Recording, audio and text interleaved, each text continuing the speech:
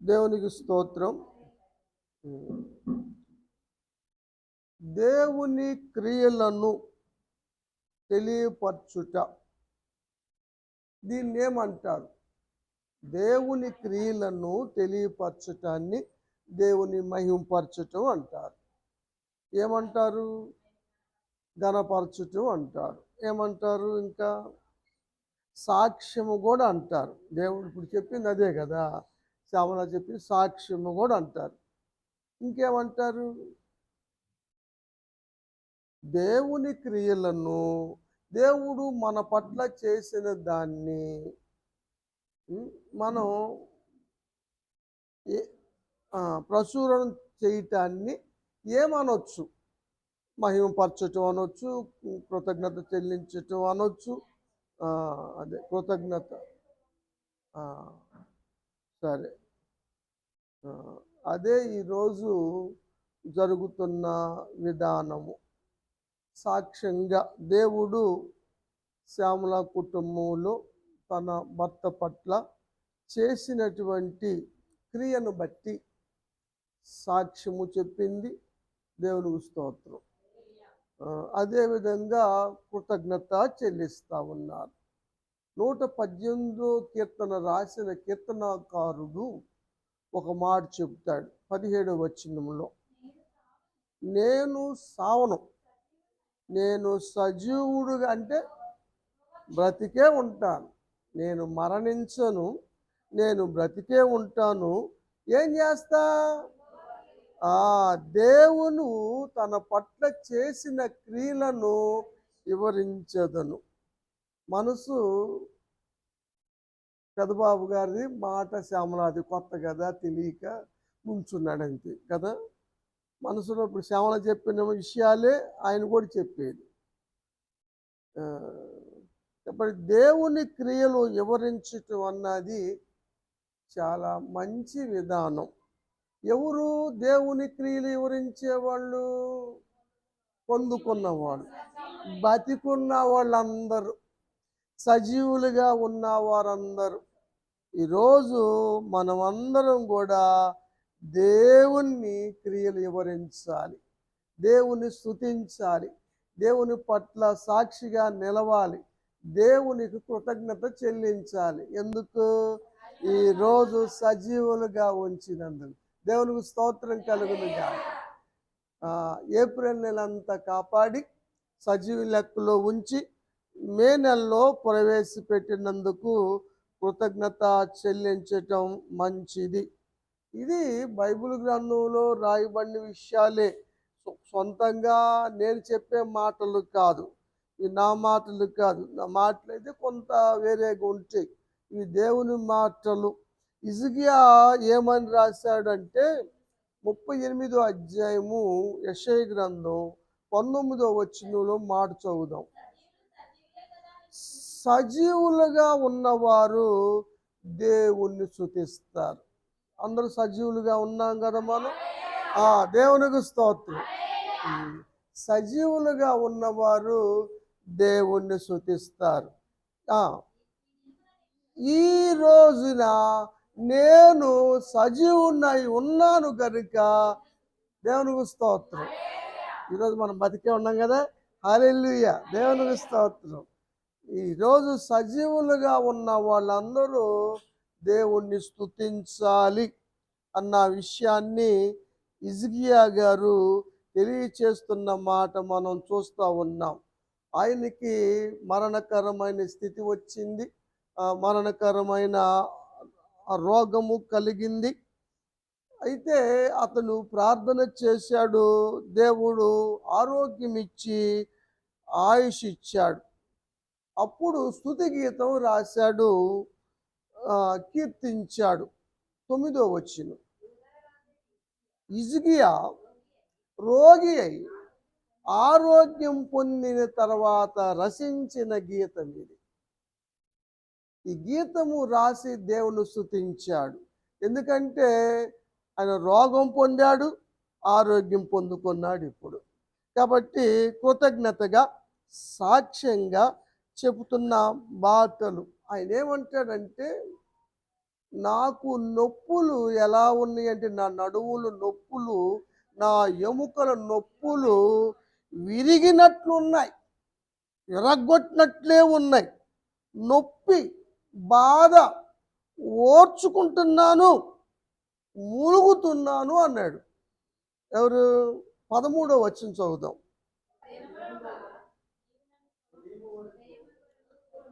ఉదయం వరకు ఓర్చుకున్నాడు నొప్పి. మరేమో అందరూ అందుబాటులో లేరు, ఎక్కడో ఉన్నారు. హైదరాబాద్లో ఉన్నారు. ఇక్కడేం కాలు ఇరిగిన మంచం మీద పడుకున్నాడు. నొప్పి ఓర్చుకోక ఏం చేస్తాడు? ఎవరు వచ్చేస్తారు? ఎవరికీ తెలియదు. అబ్బాయి కిరణ్ నాకు ఫోన్ చేసి చెప్పాడు, పాస్టర్ గారు నాన్నకి ఈ విధంగా పడిపోయాడంట, తుంటి ఇరిగింది. ఎవరో ముందు తీసుకొచ్చి మంచం మీద పండుకోబెట్టి వెళ్ళారు. ఇకంతే ఉన్నాడు పాపం. ఓర్చుకోక తప్పిద్ది. ఇంకా ఇసిగి కన్నా ఇరిగినట్లు ఉన్నాయి అన్నాడు. నొప్పికి ఆ నొప్పి, నా ఎముకలు విరిగినంత నొప్పి అనిపించింది. ఎరవబడ్డట్లుగా ఉన్నాయి. సింహం నవిలితే ఏ విధంగా నొప్పి వస్తుందో అలా నా ఎముకలు నొప్పిగా ఉన్నాయి అన్నాడు. ఎరగల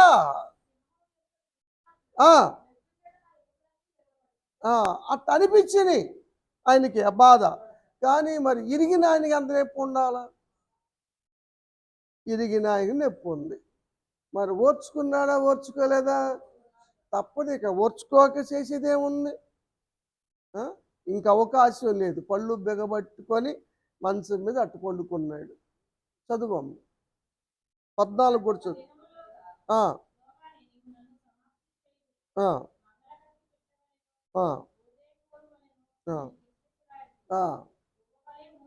గువ్వం మూలిగినట్లుగా మూలగొట్టం, ఆ నొప్పిని ఓర్చుకోవటం, మూలగొట్టం అన్నది ఈజీగా జీవితంలో జరిగిన సంఘటన పెదబాబు గారి దగ్గర మేము చూసాం. అబ్బాయి చెప్పగలే వెళ్ళి చూసాము, బాధపడతా ఉన్నాడు. ఇంకా అప్పటికి వెళ్ళి మేము టిఫిన్ తీసుకొచ్చాం, అబ్బాయితో మాట్లాడాం, అమ్మాయితో మాట్లాడాం. వాళ్ళకి తెలియదు పాపం. వీళ్ళకి కూడా తెలియచేస్తే వాళ్ళు బయలుదేరారు, వీళ్ళు బయలుదేరారు, వచ్చారు. దేవునికి స్తోత్రం. ఇప్పుడు చెప్పిన సాక్ష్యాన్ని బట్టి దేవునికి స్తోత్రం.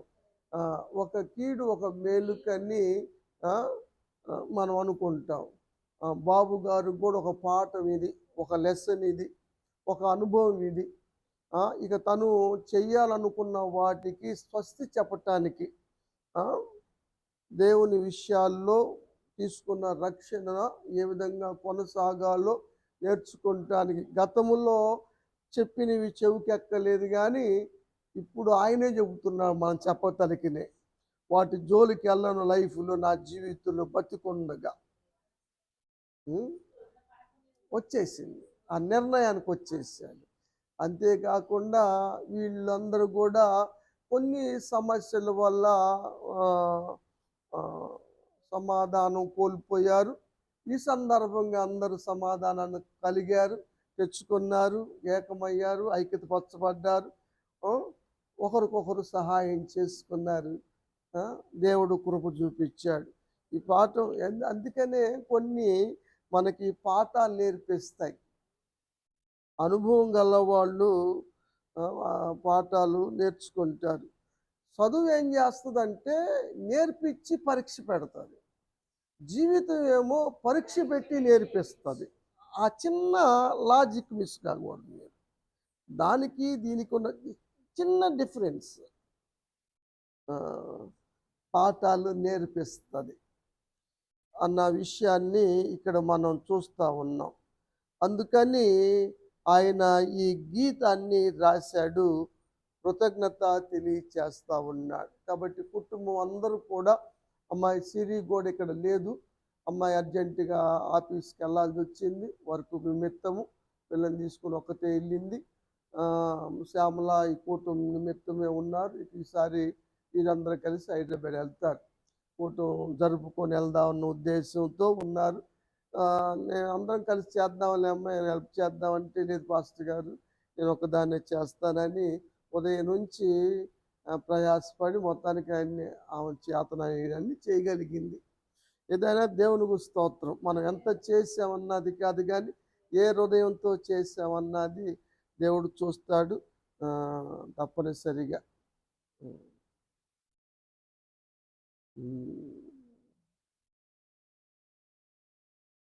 ఈ కుటుంబం కూడా అలాగే చేస్తూ ఉంది. కుదరదు అని అనుకున్న వ్యాధి కుదిరినప్పుడు, కుదర్చబడ్డప్పుడు కృతజ్ఞత తెలియచేయటం అన్నది మంచిది. అది దావీదు చేసినటువంటి పని కూడా అని వాక్యము తెలియచేస్తుంది. 41వ కీర్తన 8వ వచనములో కుదరదు అనుకున్నాం కదా, పెద్దబాబు గారు కుదరడేమో అనుకున్నాం, లేవడం అనుకున్నారు. అంటే పడ్డ పాట అలాంటిది, ఇరిగిన ఎముక కూడా అట్లా ఇరిగింది, తుంటిలో ఇరిగింది. అందుట్లో వయసు కూడా పెద్దది, కట్టుకోవటం కూడా అంత తేలికైందేం కాదు, బలహీనం అయిపోయింది. అలాంటి పరిస్థితి. ఇక లేచి నడిచేది లేదు, అనవసరంగా కుటుంబం వదిలేసి ఇక్కడికి వచ్చాడు, ఆడుంటే ఎంత బాగుండేది అని అందరూ అనుకుంటూ ఉంటారు, చెప్పుకుంటూ ఉంటారు, సలహాలు చెబుతూ ఉంటారు. తెలియందే ఉంది, అన్నిటికన్నా తేలికైంది ఏంటంటే సలహాలు చెప్పటమే. కానీ ఆయన ప్రార్థన చేశాడు, కుటుంబం మొత్తం ప్రార్థన చేసింది. అమ్మాయికి ఇప్పుడు శ్రేష్ఠకి ఎంత వయసురా?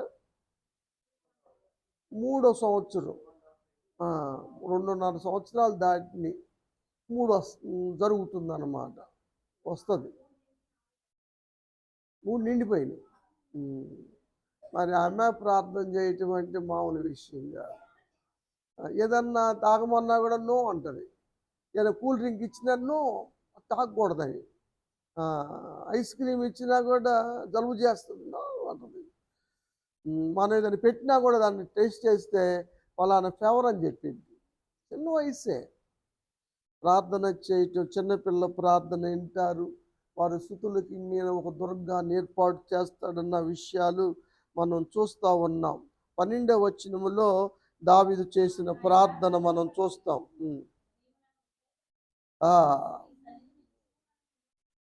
అజా నన్ను ఉద్ధరించమని ప్రార్థన చేశాడు, నన్ను నిలబెడతావని విశ్వసించాడు. ఆ విశ్వాసం ప్రకారంగా దేవుడు దావీదును ఉద్ధరించాడు, నిలబెట్టాడు, నడిపించాడు.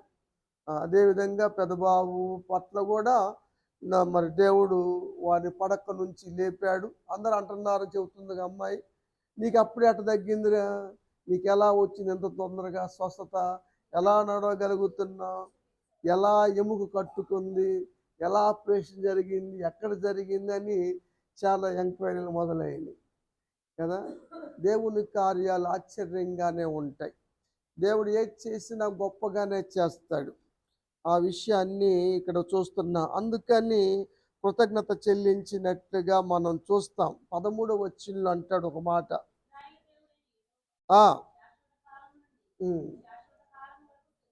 ఆయన స్తుతి నొందదగిన దేవుడు, ఎల్లవేళలా ఎల్లప్పుడూ నిత్యము కూడా స్తుతి నొందదగిన దేవుడు. ఎందుకంటే ఆయన చేసే కార్యాలు గొప్పవి.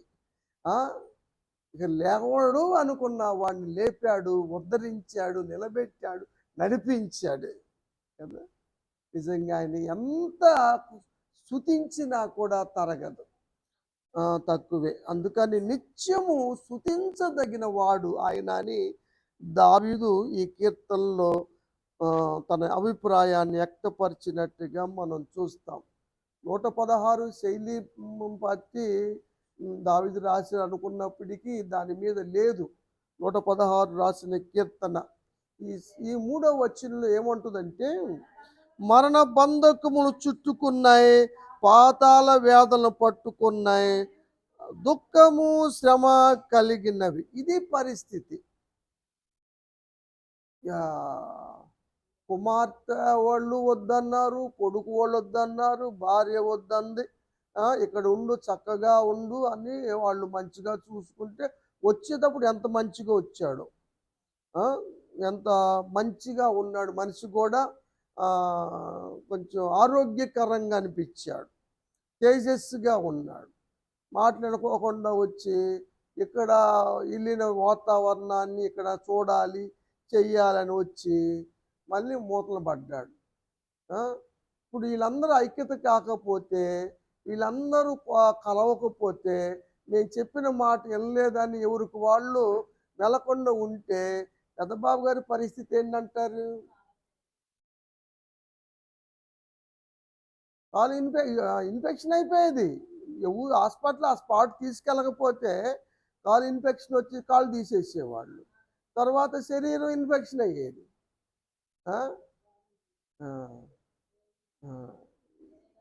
నిజంగా చెప్పలేము.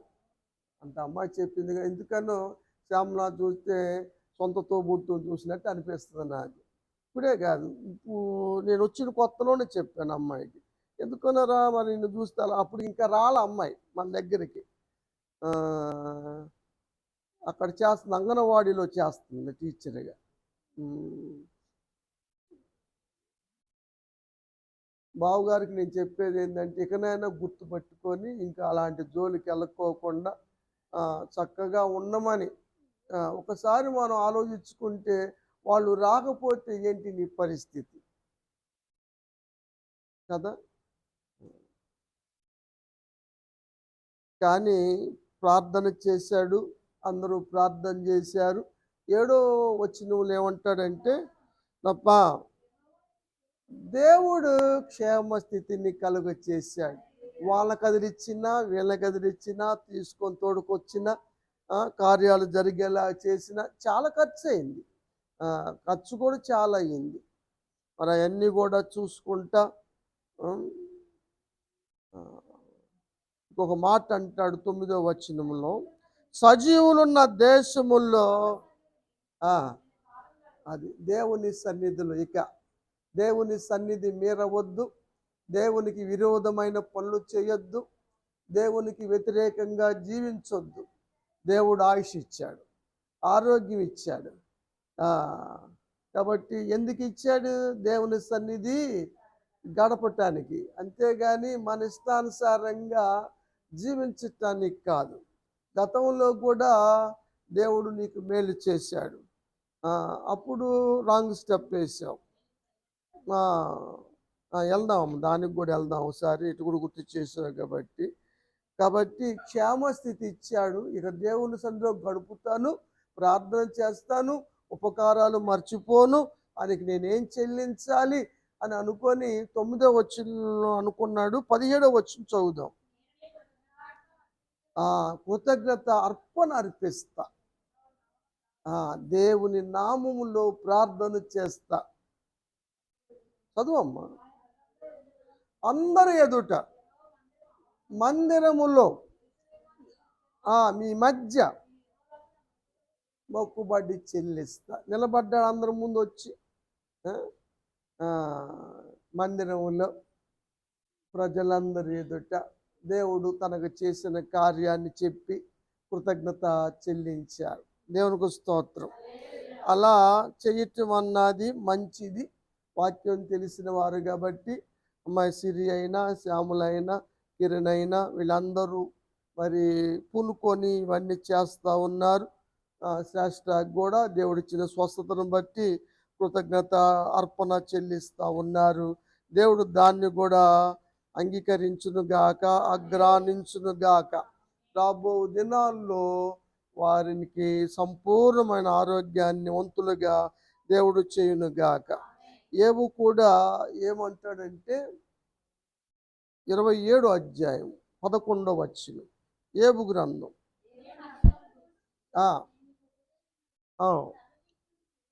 సర్వశక్తుడు చేయు క్రియలను నేను దాచిపెట్టను. దేవునికి స్తోత్రం. దాచిపెట్టారు, మీరు చెప్పారు కదా సాక్ష్యంగా. దేవునికి స్తోత్రం. నేను దాచిపెట్టను, ఎందుకంటే దేవుడు గొప్ప కార్యం చేశాడు. ఒక విధంగా జనాలు ప్రాణం మీద ఆశ విడుచుకున్నా కూడా, ప్రాణం వదిలినా కూడా ఇక హోప్ లేదు అని డాక్టర్లు కూడా అనుకున్న సందర్భాల్లో కూడా దేవుడు బ్రతికిచ్చిన వాళ్ళు, బాగు చేయబడ్డ వాళ్ళు అనేకులు ఉన్నారు. దాని గురించి ఏమి చెబుతాడు 24 అధ్యాయంలో 22 వచనం. ఆ, ఆ, కొందరు తమ ప్రాణమును గురించి ఆశ వదులుకున్నా విడిచినా కూడా మరలా దేవుడు బాగుపరచును. దేవునికి స్తోత్రం.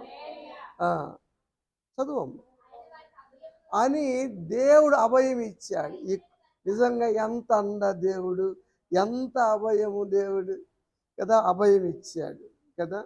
శ్యామలాకు కూడా అది చెప్పాడు, నడుస్తాడమ్మా, కంగారు పడద్దు, దేవుడు లేపి నడిపిస్తాడు, దేవుడు స్వస్థత ఇస్తాడు, ఆశ వదులుకోవద్దు, దేవుని మీద ఆశ పెట్టుకుని. మధ్యకాలంలో చెప్పాను నేను, దేవుని నమ్మి ఆయన మీద ఆశ పెట్టుకున్న వారు ఎలాంటి మేళ్ళు పొందారో అన్న విషయాలు మనం ధ్యానం చేసాం. కాబట్టి ఆశ ఎప్పటికీ ఎంత అయిపోయిన చివరి మినిట్లో అయినా సరే దేవుడు అద్భుతం చేస్తాడు. అందుకని మధ్యకాలం ప్రార్థన చేస్తే ఆశలు ఎప్పటికీ భంగము కాదు అని దేవుడు చెప్తే నేను చెప్పాను, మీకు పెట్టాను అందరికీ, మీ ఆశలు భంగము కావు, దేవుడు భంగపరచనివ్వడు కదా. అందుకనే ఏబు రెండింతల ఆశీర్వాదాలు పొందుకున్నాడు, ఒక సత్యాన్ని తెలుసుకున్నాడు.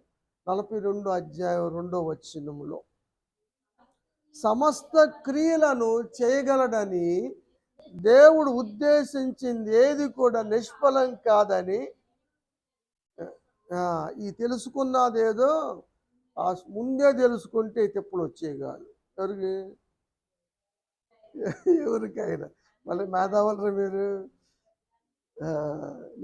ఎవరికైనా సరే ముందుగానే గ్రహించుకుంటే మంచిది కదా. దేవుడు అవకాశాలు ఇస్తూ ఉంటాడు, కానీ అవకాశాలని మనం మిస్ చేసుకుంటే తర్వాత ఇబ్బంది పొందాల్సి వస్తుంది. నాకు అమ్మాయి చెప్పినట్టుగా పొందిన మేలుకు తగినట్లుగా ప్రవర్తించకపోతే జీవితాల్లో నష్టము వాటిల్లుతుందని భక్తుల జీవితం మనకు తెలియచేస్తూ ఉంది. 2 దినవృత్తాంతములు 32 అధ్యాయము 25వ వచనం.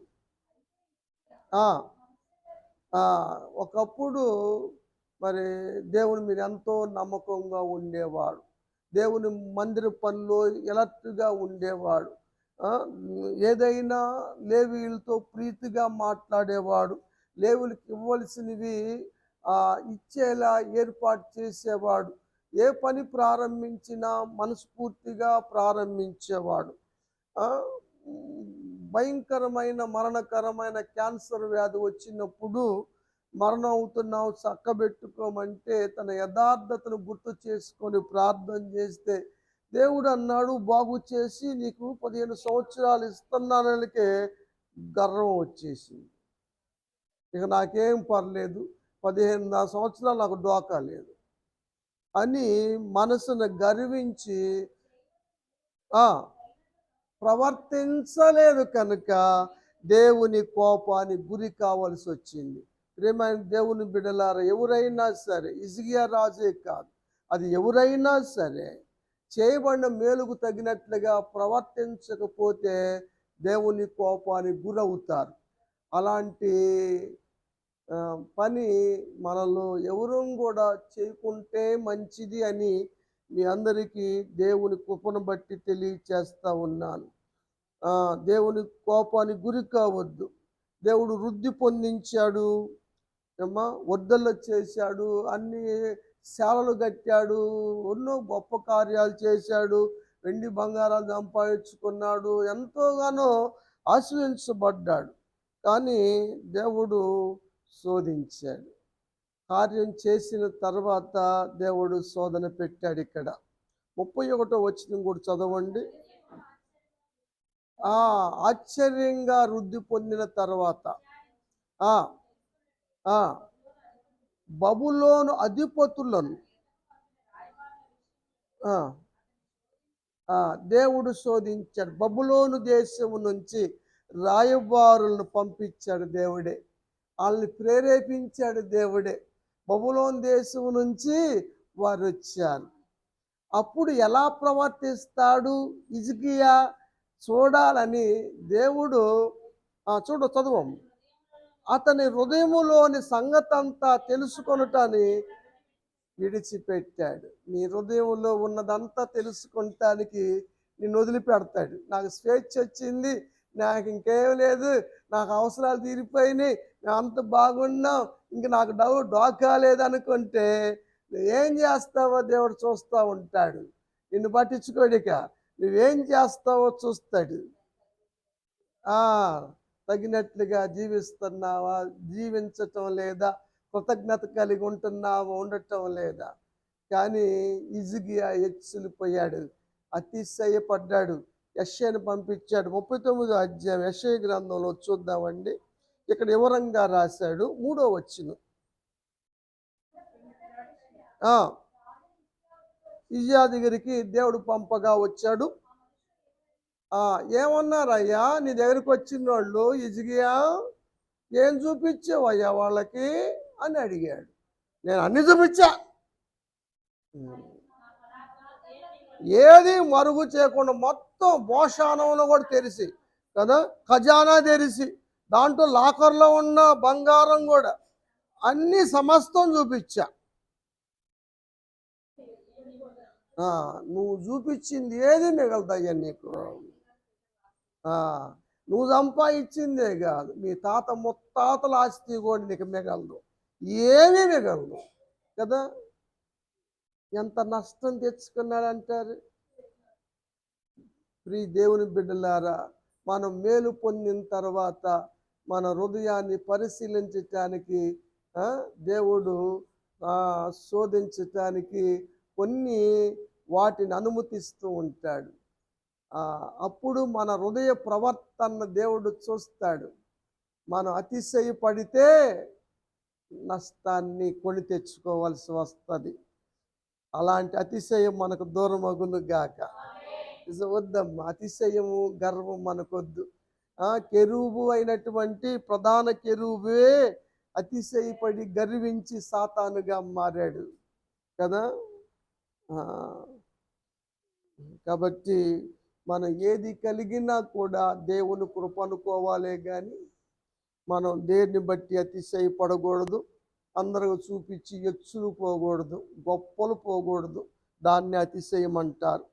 అన్న తనకు చేయబడినటువంటి మేలుకు తగినట్లుగా ప్రవర్తించటం ద్వారా ఆమె కుటుంబం కుమారుడు కూడా ఆశ్రయించబడ్డట్టుగా వాక్యము తెలియచేస్తుంది. సమూయేలు మొదటి గ్రంథం 1వ అధ్యాయము 24వ వచనం.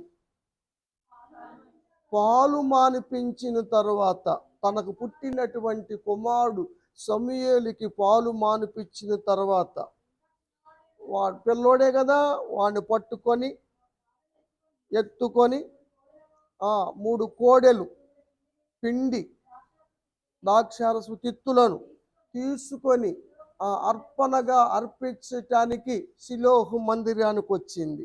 అక్కడ ఏలీ దైవజనుతో చెప్పింది, ఇదిగో దేవుడు, నేను ప్రార్థన చేసిన స్త్రీని నేనే, ఇదిగో దేవుడు దయచేసిన కుమారుడు వీడే అని సాక్షిగా దైవజనుడికి చెప్పింది. అర్పణ అర్పించింది. అందుకని దేవుడు ఆ బిడ్డను స్వీకరించాడు, గొప్ప ప్రవక్తను చేశాడు, న్యాయాధిపతిగా చేశాడు.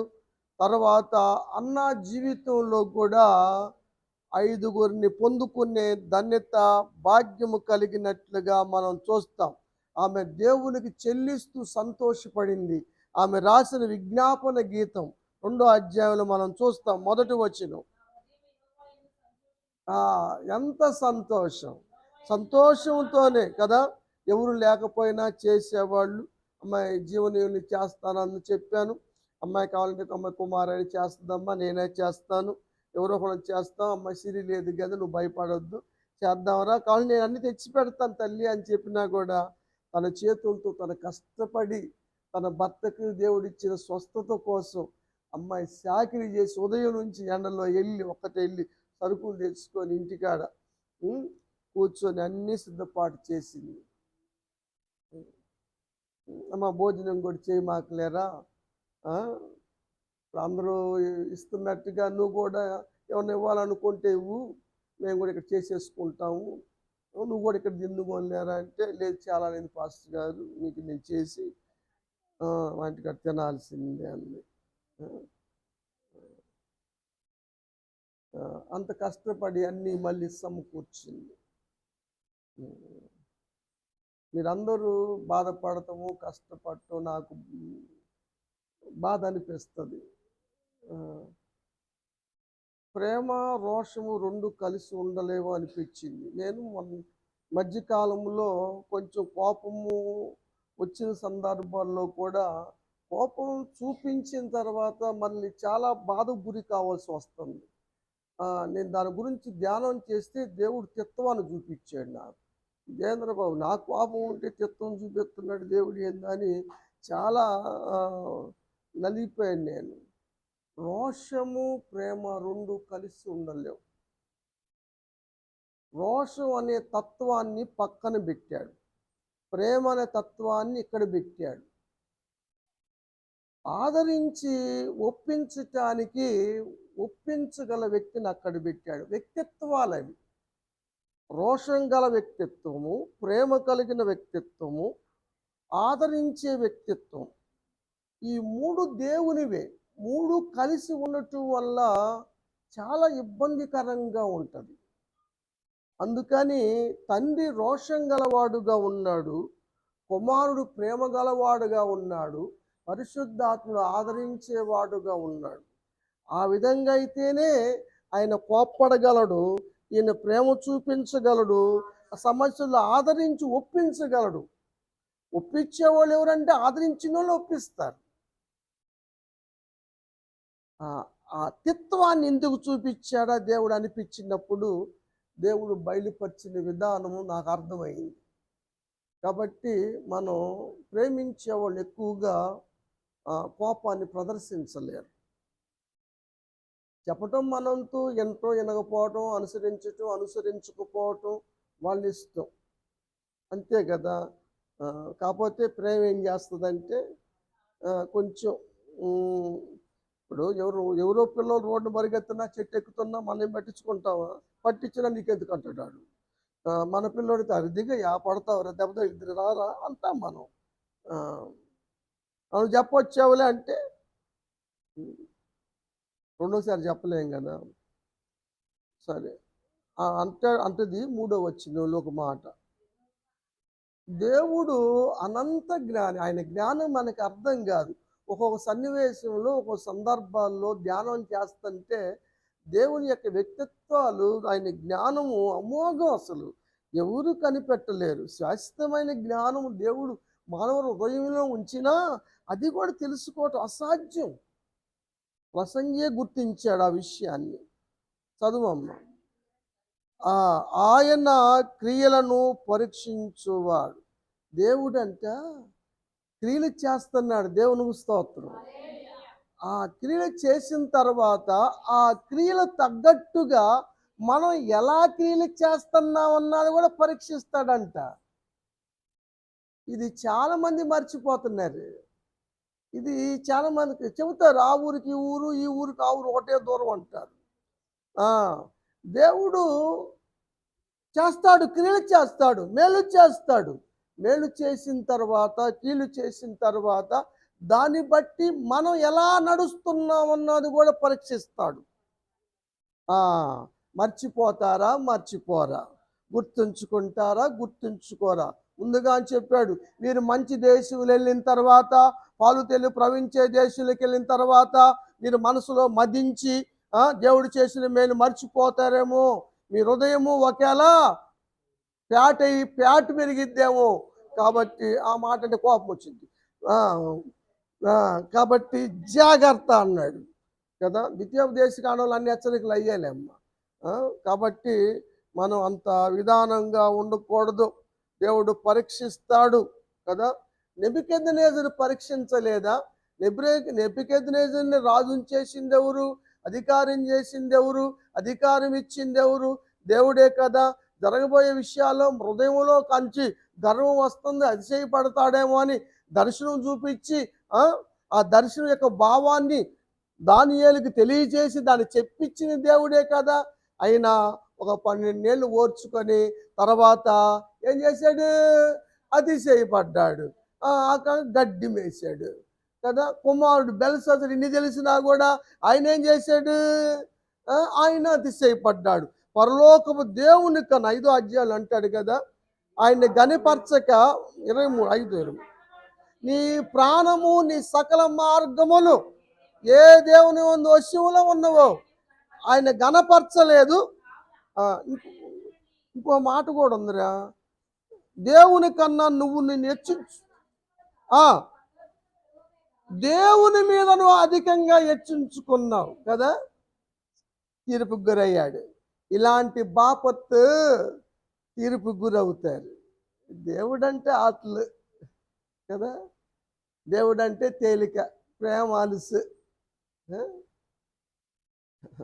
బొమ్మ పడిద్ది అంటారు చూసావా. ఎంతసేపు ఇదే కాదు, ఆయన చేతిలో పడతాం బహు భయంకరం.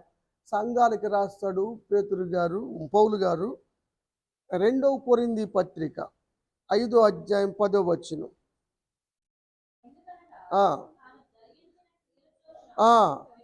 మనుషులు జరిగించిన క్రియలు మంచివైనా సరే చెడ్డవైనా సరే తప్పనిసరిగా ప్రతోడు పొందుతాడు. మంచి చేస్తే మంచి ఫలం పొందుతాడు, చెడు చేస్తే చెడు ఫలం పొందుతాడు. ప్రతి ఒక్కరూ క్రీస్తు న్యాయపీఠం ముందు నిలబడాలి, తీర్పుకు లోనవుతారు. నువ్వు చేసే క్రియలు, పొందుకున్న దానికి నువ్వు ఎలా ప్రవర్తిస్తున్నావు అన్న విషయాల్లో తప్పనిసరిగా జవాబుదారిగా ఉండవలసి వస్తుంది. మంచిగా జీవించకపోతే నష్టాలు కలుగుతాయి, దేవుని కోపానికి గురి కావాల్సి వస్తుంది. పరిశుద్ధాత్మ దేవుడు క్రియలను పరిశీలిస్తున్నాడు, సంఘాలకు తెలియచేస్తా ఉన్నాడు. ఈ మాటలు నేను చెప్పి సంఘాలకు చెప్పిన మాట చెప్పి ముగిస్తాను, టైం అవుతుంది. మరి పలహారం కూడా ఉంది కదా. ప్రకటన గ్రంథం 2వ అధ్యాయం 2వ వచనం, ఎఫెసీలోని సంఘానికి రాయబడిన మాటలు. నీ క్రియలు, నీ కష్టము, నీ సహనం దేవునికి తెలుసు. దేవుడు చూడలేదు అనుకుంటున్నావా? నీ క్రియలు నువ్వు ఎలా ప్రవర్తిస్తున్నావు దేవుడు చూడలేదు అనుకుంటున్నావా?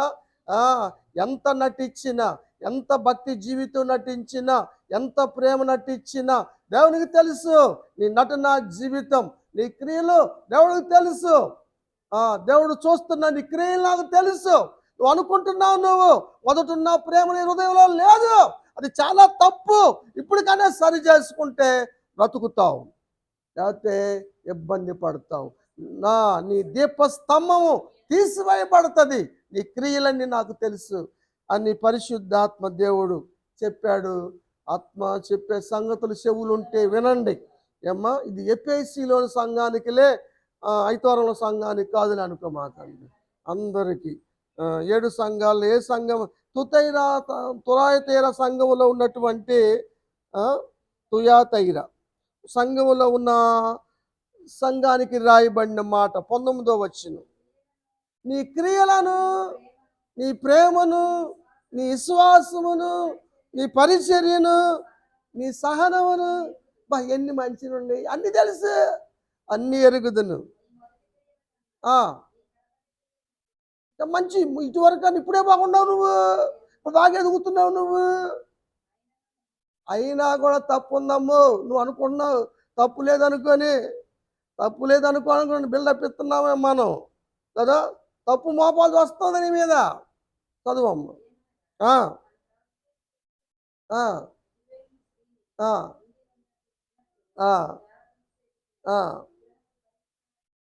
వాటి తింటా నేర్పుతుంటే నువ్వు కూడా అలవాటు పడుతున్నావు, తిండి కోసం కక్కుర్తి పడుతున్నావు,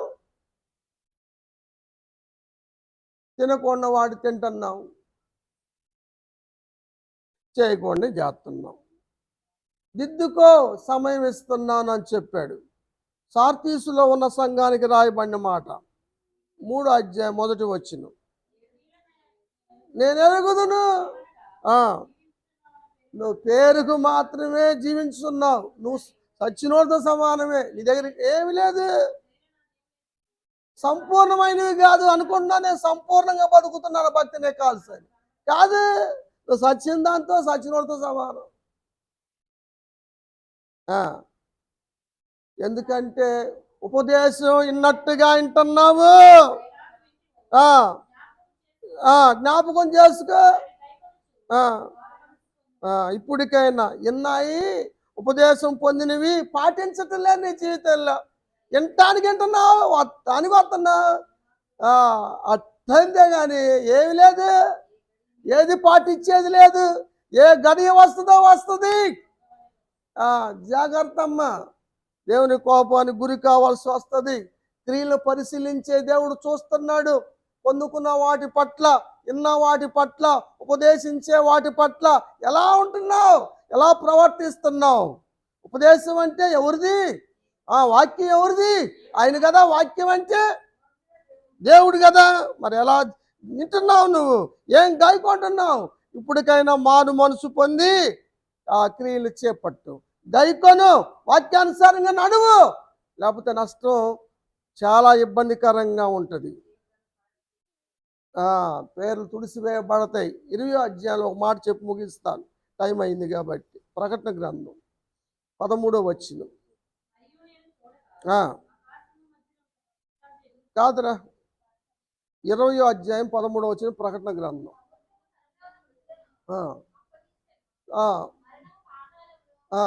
ఎక్కడున్న మృతులు, సముద్రంలో చనిపోయినా, ఎక్కడ చనిపోయినా ఆ మృతులు అప్పగించ తీర్పు రోజు. చదువమ్మ.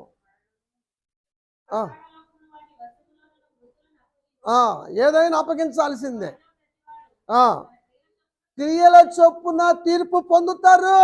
నువ్వు చేసిన క్రియలు, దేవుని చేసిన క్రియలకు నువ్వెలా క్రియలు చేశావు, ఎలా నడుచుకున్నావు, ఎలా ప్రవర్తించావు అన్న దాన్ని బట్టి తీర్పు ఉంటుంది. ప్రియులారా, మనం పొందిన వాటి ప్రకారం జీవించకపోతే నష్టపోతాం.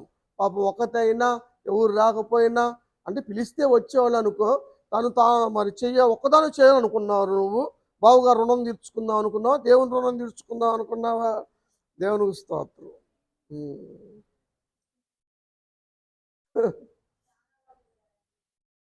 అదేనమ్మా. అదే అభిమానం అన్నది ఏదో చేస్తేనే కదరా, మాటల్లోనే చూస్తాం కదా, హృదయంలో ఉండేది. దేవునికి స్తోత్రం. మీరు అర్పించిన అర్పణ దేవుడు మీ క్రియలు చూశాడు.